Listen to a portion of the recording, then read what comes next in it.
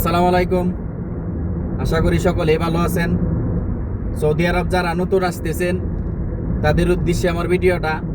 দেখা যায় কি সৌদি আরব বলদিয়ার বিষয় অ্যাভেলেবেল লোক আসতেছে, এখন বলতেছে বলদিয়ার ইনকাম বেশি, বলদিয়া যারা চাকরি করে বলদিয়া কোম্পানি বলে তারার কামাই বেশি, সারাদিন রাস্তায় রোদের মধ্যে রইতে ঘুরতে হয়, কারণ সারাদিন কাগজ টুকাইতে হবে রাস্তায়।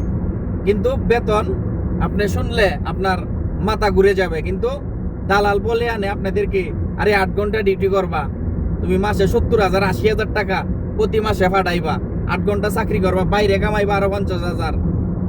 এই কথা বললে দালালে সৌদি আরবে আনে। কিন্তু বলদিয়ার চাকরিটা কতটুক কষ্ট, রোদ্রের মধ্যে আপনার রাস্তায় কাগজ টুকাইতে হবে। 800 টাকা বেতন থাকে, 600 টাকা 800 টাকা হাইস্ট বেতন।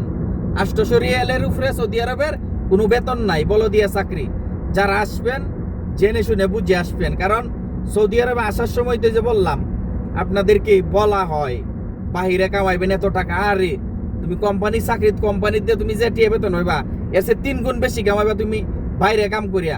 ভাই সৌদি আরব আপনি আসার পরে সব বাটপারি করে আসার পরে আপনি কাজ খুঁজে পাবেন না। বাইরে আপনি নতুন অবস্থায় ভাষা জানতেন না, কোনো কিছু জানতেন না, তাহলে আপনি টাকাটা ইনকাম করবেন কোন জায়গা থেকে? কারণ দালাল এই কথাগুলি বলে থাকে। ঠিক আছে, বুঝে শুনে তারপরে আসবেন, কারণ দালাল আপনাকে বলবে 5 লক্ষ 6 লক্ষ কোম্পানির ভিসা আপনার কাছে 6 লাখ টাকা নিয়ে নিবে এক চুটকি মেরে, কারণ আপনি দিয়ে দিবেন। আপনাকে দেখাচ্ছে লুপ, সে মাসে দেখা যায় কি আপনি 70,000 80,000 কামাইবেন, এরকম লুপটা আপনাকে দেখাইবে, কারণ আপনি না দিয়ে পারতেন না। যারা আসবেন জানবেন, বুঝবেন সৌদি আরবের পরিস্থিতি, বলদিয়াতে যারা আসতেছে, কারণ প্রত্যেকটা লোক আইসা কান্দাগাড়ি করতেছে। কারণ আমি নিজে প্রমাণ, আমার নিজের এলাকার লোক, আমার নিজের বোন জামাইয়া কায়া, আমি বারবার নিষেধ করছি, সে আসছে আইসা এখন কান্দাগুড়ি। 600 টাকা বেতন, কি কায়াম কি দেশ ভাড়ায়াম। আমার বোন জামাইরে কই আনছে 1200 টাকা বেতন থাকবো। আমার বোন জামাইরে কই আনছে 1200 টাকা বেতন, কোম্পানি বেতন, 8 ঘন্টা ডিউটি করবা, মাসে আরো বাইরে কামাইবা 60,000 70,000 টাকা এমনি কামাইবা, তুমি ডিউটি অবস্থা বাইরে কাম করবা, এই কথা কই আনে। কিন্তু আপনার ডিউটি চলাকালীন সময় আপনার যে মুদির আছে, যে ম্যানেজার আছে, আপনাকে চেক দিবে, রাস্তায় কাগজ টুকাইতেছেন, আপনি কি করেন না করেন, আপনি কাজ না করলে বাস আপনাকে ফাইন মেরে দিবে, এরকম সিস্টেমেরা।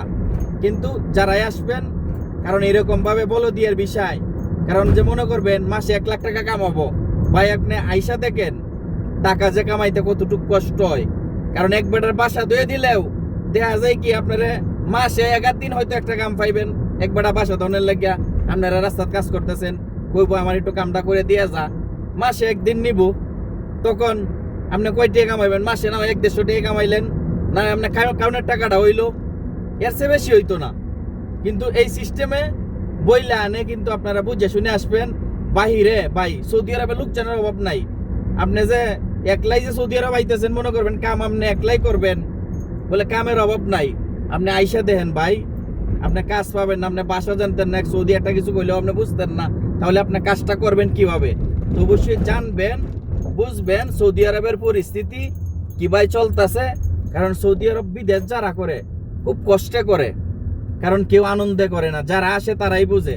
600 টাকা বেতন হইলে আপনার কয় টাকা থাকবে? আপনি নতুন তৈরি ইনকাম করতে পারবেন না। খাওয়া দাওয়া থাকে, অনেক মোবাইল খরচ থাকে, অনেক খরচ থাকে একটা মানুষের। চলাফেরার খরচ আছে, খাওয়া দাওয়ার খরচ, মোবাইল খরচ, তারপরে দেশেতে যে এত টাকা ঋণ করে আসে, ঋণ দিব না সংসারে খরচ দিব না নিজে খাইব, তারপরে চিন্তা করে কিছুই খুঁজে পাই না। কারণ ঋণ এমন একটা জিনিস, ঋণ করে আসবেন আপনি দালাল রেটিয়া দেয়, তখন আপনার মাথা ঠিক থাকবে না। আপনার ফ্যামিলি দেশের টাকা চাইবো, অমুক থেকে ঋণ করে আনছি, অমুকের ঋণ দিতে হবে, তখন আপনার মাথায় কিছু কাজ করবে না। কারণ চিন্তা একটাই থাকবে, ঋণ করে আনছি। আপনি যে 600 টাকা বেতনে কি করবেন? তখন দিশ বেশ পাইতেন না, তখন বাধ্যতামূলক হইয়া মানুষ দেশে ব্যাক করে, দেশে চলে যায়। কি করবে এই সৌদি আরবে 600 টাকা বেতন দিয়া? তো অবশ্যই সকলেই ভালো থাকবে।